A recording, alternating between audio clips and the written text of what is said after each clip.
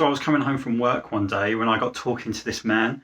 It's an unusual thing for me. You see, I'm not a talking fan, but the conversation grew and grew, and I just completely lost track of time.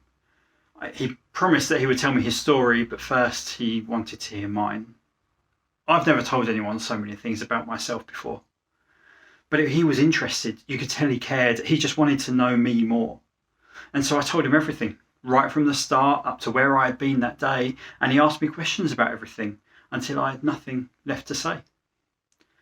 Now I know that you must think it sounds a bit odd, but it didn't feel strange to me. I must have gone into my own little world and away from normality. The only strange thing was, from my point of view, I didn't want the conversation to end.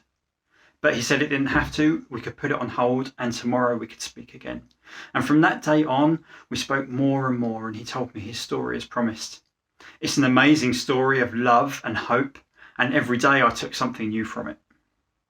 He was born into a small family, with very little to call his own.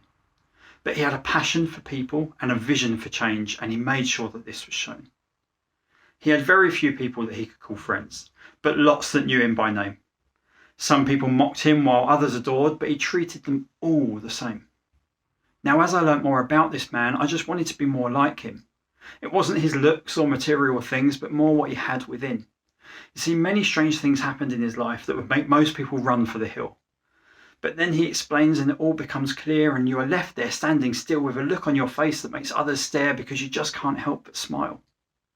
For the way that he talks and the things that he's done makes your whole life seem worthwhile.